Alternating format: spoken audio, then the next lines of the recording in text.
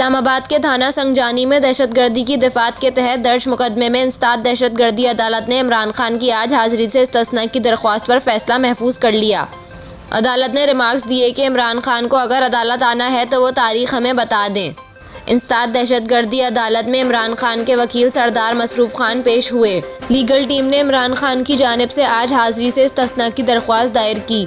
वकील सफाई का कहना था कि जुडिशल कॉम्प्लेक्स में इमरान खान की गुज़िश्ता पेशी सबके सामने है। इमरान खान को जुडिशल कॉम्प्लेक्स आमद पर कत्ल करने का इरादा था। इमरान खान जुडिशल कॉम्प्लेक्स आज आना चाह रहे थे लेकिन हालात नहीं आने के। पूरी कौम ने इमरान खान पर पुलिस की जानिब से कार्रवाई को देखा।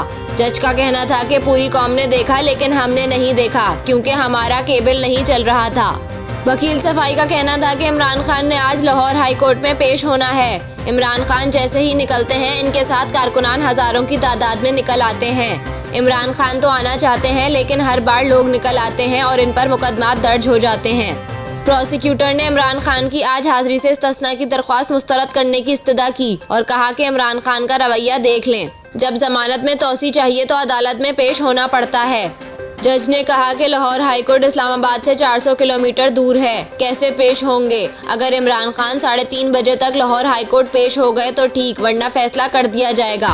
अगर आज हाजिरी से इस्तिस्ना की दरख्वास्त मंजूर हो तो क्या गारंटी है कि आइंदा समात पर पेश होंगे?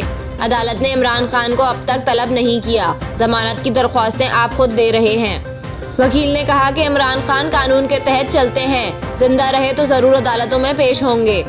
जज ने रिमार्क्स दिए कि इमरान खान को अगर अदालत आना है तो वो तारीख हमें बता दें। बाज़ औक़ात बारात बड़ी होती है, आपको मालूम है पोर्टोहार में इस्तकबाल कैसा होता है। अदालत ने इमरान खान की हाजिरी से इस्तिस्ना की दरख्वास्त पर फैसला महफूज कर लिया जो कि 3:30 बजे सुनाया जाएगा।